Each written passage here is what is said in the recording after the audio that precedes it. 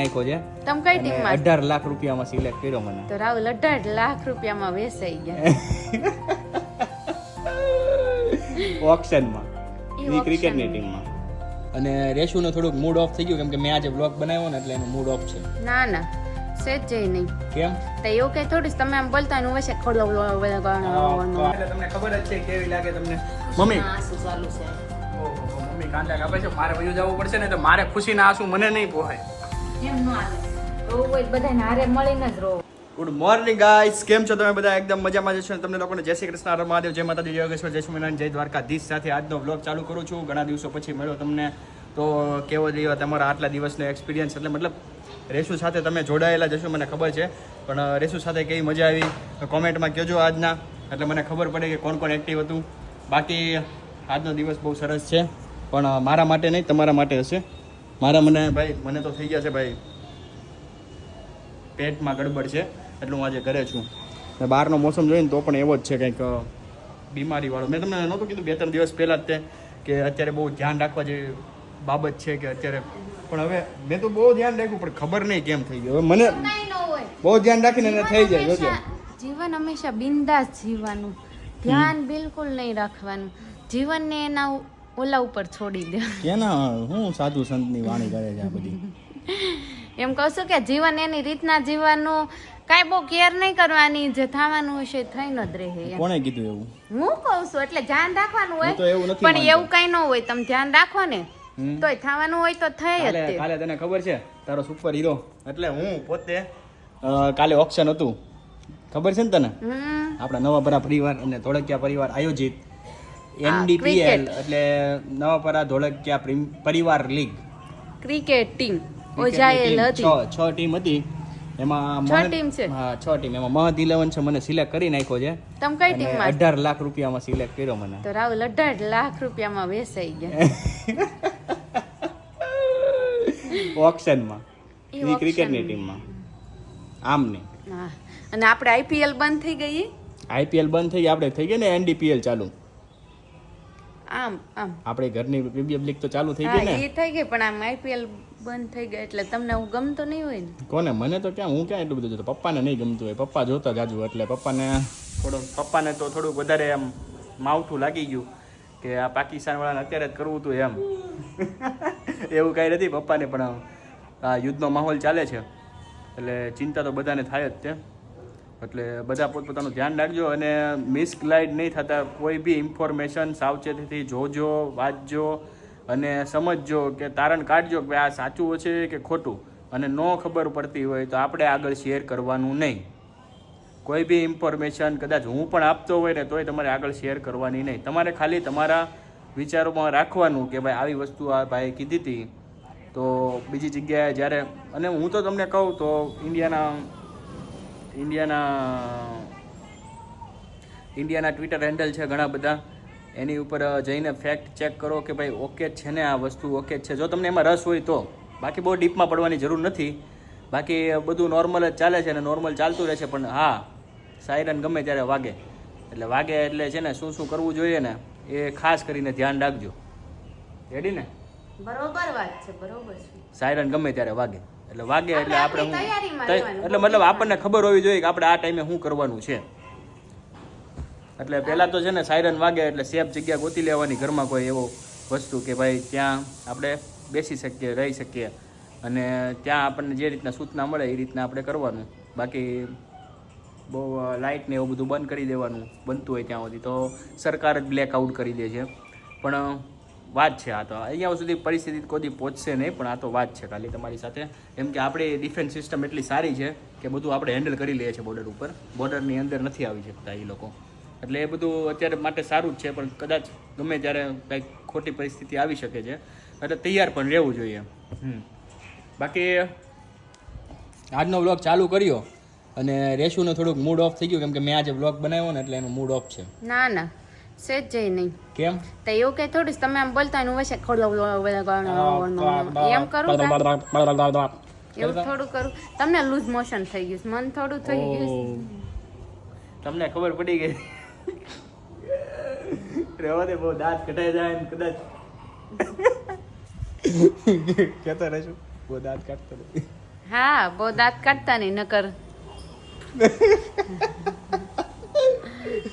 એટલું બધી કઈ સિસ્ટમ ખોરવાઈ નથી ગઈ કે એવું પણ થઈ શકે એમ. એટલે ચાલો હવે મમ્મી પાસે પણ જઈએ અને મમ્મી પાસે આજે આપણે એક સુવિચાર લઈ લઈએ, કેમ કે ઘણા દિવસથી મેં મમ્મીનો સુવિચાર મેં ખુદ નથી સાંભળ્યો. મમ્મી good morning. Very good morning, સુપ્રભાત, જય શ્રી કૃષ્ણ. તો મમ્મી એક સુવિચાર થઈ જાય છે. જેવી રીતે અગ્નિમાં સોનાની પરખ થાય છે ને, તેવી જ રીતે મુશ્કેલીનો સમય હોય ને ત્યારે શ્રેષ્ઠ વ્યક્તિની પરખ થાય છે. વાહ મમ્મી વાહ, એકદમ સરસ, બઢિયા એકદમ. મમ્મી ને તો क्या है सब लपेट लेते हैं ज्ञान, ऐसा लपेट लेते हैं ना कि मजा आ जाता है. તો ચાલો અમે અત્યારે નીકળી રહ્યા છીએ હોસ્પિટલ તરફ, કેમ કે પ્રિયાંશને તાવ આવે છે એટલે એ તમે જઈએ છીએ અત્યારે હોસ્પિટલ તરફ અને તમને હમણાં જઈને આવીએ પછી કહીએ શું છું. દવાખાને આવી ગયા છીએ અને જો અહીંયા પ્રિયાંશને હુવડાવી દીધો છે. પ્રિયાંશ કેટલો ડાયો થઈ ગયો જો. વારે વારે આવે એટલે એક્સપિરિયન્સ. આ એક્સપિરિયન્સ પણ કહેવાય, કેમ કે ચાલો હવે ડૉક્ટર સાહેબ કેમ કરશે, આમ આમ હાલો શ્વાસ લ્યો, હાલો શ્વાસ લ્યો, હાલો શ્વાસ લ્યો. તો ચાલો ડૉક્ટર સાહેબ શું કહે છે ને હું તમને કહીશ. પ્રિયાંશને ડૉક્ટરે એમ કીધું છે કે ખાલી વાયરલ છે, કોઈ વાંધો નથી કશો. અત્યારે મોસમ ચેન્જ થયો છે એટલે છોકરાઓમાં જોવા મળે. અને મારી વાત કરી તો ડૉક્ટરે એમ કીધું તમને પણ પેટમાં જો વીટ જેવું આવે તો ગેસ તો થયો હશે. બાકી કે અત્યારે એવું ઘણા બધા કેસ આવે છે જેને ખાલી જાડા થઈ જાય છે. એટલે આ જોજો વાહ છે, પાણી ફેર હોય શું હોય ખબર નહીં, પણ હવે થોડોક વાહ એ ટાઈપનો છે. અને બુખારો એટલો થાય છે ને અત્યારે કે વાત ના પૂછો. અને મેં તો અત્યારે જમી લીધું. જો દહીં ખાધું અને સાથે સાથે મેં દાળ ભાત ખાધા અને છાશ પીધી. બસ આટલું કર્યું છે આજે બપોરે જમવામાં. અને આપણે વેચું પાસે જઈએ. પપ્પા તો જો રોટલી ને થોડું આમ પપ્પાની થાળીમાં તો પૂરેપૂરું છે. પપ્પા તમને કઈ નથી થયું આજે? બધાને થોડું થાય એ વાત બધાને ન થાય. તને રેચું અને તમારે શું કઈ બધાને કરવું છે? ના ના બાપા કોઈ નથી કરવું. બાપા મને થયું ને મને કઈ વાંધો નથી. અત્યારે બપોરના 6 વાગી ગયા છે. હાનના કહેવાય, હાનના બપોરના ન કહેવાય. આ તો સાંજના 6 વાગી ગયા છે. અને જોરથી બોલો, નથી સંભળાતું બધાને. કેમ કેમ આમ વોઇસ પહાડી જેવો હોવો જોઈએ. એ વાત તારી સાચી છે. અને ઘરે મહેમાન આવી ગયા છે એટલે મહેમાનમાં કોણ છે હું તમને કહું. મમ્મી પપ્પાના છે ને બેન છે, એટલે માસીની છોકરી. ધીમે ધીમે હું બોલો, આમ જોરથી. માસીની છોકરી આવ્યા છે તો તું ઇન્ટ્રોડ્યુસ તો કરાઈ જા માસીને. કેમ છે માસીને પૂછી લે. માસી ન થાય, મારે તો ફઈ મારે ફઈ થાય. કન્ફ્યુઝન જ રહી તમારે કઈ દી રિલેશનમાં. આ છે અમારા ફઈ. જો અમદાવાદ થી આવ્યા છે આ ગેસ્ટ. હા કેમ છે? જય શ્રી કૃષ્ણ કે તો ખરી. જય શ્રી કૃષ્ણ ફઈ. મજામાં, જય શ્રી કૃષ્ણ. જો મમ્મીને કે મમ્મી તો આજે રોકાઈ ગયા છે. લાડકા નણંદ છે. ઘણા દિવસથી જેવી રીતે ભગવાનને શ્રીફળ વધેરી એમ કેમ ભગવાન પ્રગટ થાય એમ તેર આવ્યા છે, વર્ષે, પણ થોડોક વર્ષે. સમય લઈને આવ્યા છે. ના ના રહેશે, કીધું છે, પ્રોમિસ કરી છે તો નિભાવી જ પડશે. એટલો ઈ કાંઈ ન કહેવાય. એને એમ આવ્યા કીધું અત્યારે ઈ મહત્વનું ને, શેડ્યુલ માંથી ટાઈમ કાઢીને આવ્યા ઈ જોવાનું ને અત્યારે. તો પછી બહુ ભાભીનો ભત્રીજાનો પ્રેમ હોય એટલે આવ્યા ઈ જોવાનું. બરોબર. છે, જો અને અમારા માટે બહુ આ ખુશીની વાત છે. અમે પિયરમાં આવ્યા છીએ એમ. તો હું પણ તમને ઘણા દિવસ પછી મળ્યો છું તો તમને કેવું લાગે છે એ મને ખાસ કરીને કહેજો કે આજનો વ્લોગ તમને કેવો લાગ્યો. ચાલો અહીંયા આપણે ફ્રેન્કી બની ગઈ છે, તમે જોઈ શકો છો. તો હજી અડધે પૈકી સોણવા મંડો રોટલી. અચ્છા રોટલી બને છે અને અહીંયા પ્યાજ અને બધું ચાલુ છે અત્યારે. મતલબમાં આપણે અહીંયા ફ્રેન્કી બને એટલે તમને ખબર જ છે કેવી લાગે તમને. મમ્મી આંસુ ચાલુ છે. ઓહો મમ્મી કાંદા કાપે છે. મારે વયું જવું પડશે ને તો મારે ખુશીના આંસુ મને નહીં પોહાય. એમ ન હાલે. રોવું હોય બધાને હારે મળીને જ રોવાનું. એમ નહીં, આ તો પેટ ખરાબ થયું છે ને પાછું તું ફ્રેન્કી ખવડાવીશ ને મારાથી રેવાય નહીં ખાવામાં. ઓય જોજો તો. કાલે પછી હું થાય નહીં કઈ નક્કી નહીં, પણ આજે ખાઈ લેવાનું. જીભ ઉપર કંટ્રોલ રાખવાનો છે. માથે ખાવાનું, ઊનું રાખવાનું છે. પેટનું પાપ, પેટે કાંઈ પાપ નથી કર્યું. એવું છે. હા તો મમ્મી આજે તમે સુવિચાર આપ્યો તો કે નહીં મને? હા, સવારમાં ન આપ્યો. એમ સોનાનો નતો આપ્યો. સોનાનો, હા યાદ આવી ગયો યાર. આ બધું મતલબ માઇન્ડ એટલું બધું અત્યારે ફૂલ થઈ ગયું છે ને કે મેમરી. મેમરી થોડુંક ડિલીટ મારવું પડશે એવું લાગે છે. ઈ અને સાથે સાથે ઓલા દવા લેવા ગયા ને તો અહીંયા મેડિકલ લોસ જ મારતા. તો મેડિકલ વાળા ભાઈ કહે કે એલી તું આની કે બહુ લોહી પીતી લાગે એ ભાઈ કહે કે તમે આનું લોહી પીતા લાગો છે એમ.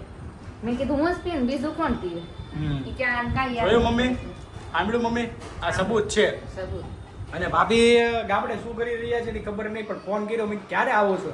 એ કે હવે અહીંયા જ રોકાવું છે. હે રેશું?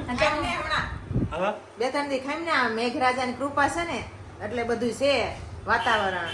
પછી તું જો ફડફડિયા બોલે એટલે એમ? મોર બોલે મોર બોલે પંખુડી. પંખુડી ઘર ભેગી થાય.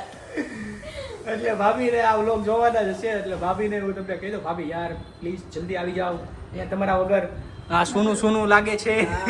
જગ સુના સુના લાગે. જો આ બધા કેટલા રિક્વેસ્ટ કરે છે, તમને કરતો? ના ના મારે ન કર્યું. ના ના ભાભી રિક્વેસ્ટ કરે. આ હું કામ નથી કરતી ખબર છે? કેમ કે એને જવાનું થાય તો ભાભી કઈ કે નહીં ને. હે ને? મને એવું કઈ ન હોય. હા એવું મારે છે. જવું હોય તો મમ્મી કહે જ છે જાય એમ. શું કે છે? તું જાય એમ. મારે મન કોણ ના પાડે? ના કોઈ નો પાડે, પણ તારે તો જવું જોઈએ ને અત્યારે. એ તો એવું કઈ નથી. નો જાય તોય તે હું જાઉં. કેમ? કઈ રીતે? તારે આટલું બધું કામ મૂકીને તું જઈએ કે? હાલ લે. હે મમ્મી?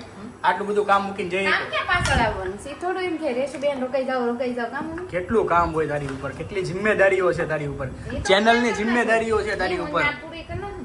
ત્યાં પૂરી થઈ જાય 100%. પણ આટલા દિવસનું વેકેશન તારાથી ન પડે, મને નથી લાગતું. પોસિબલ નથી.